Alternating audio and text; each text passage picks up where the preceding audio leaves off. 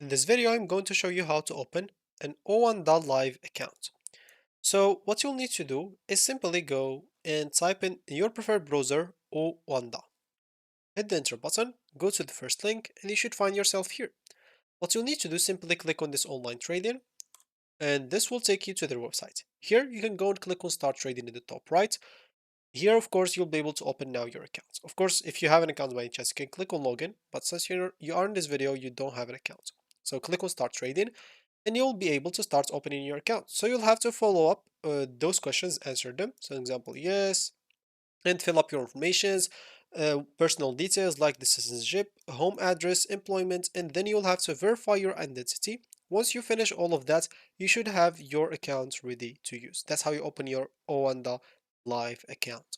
Very simple, right?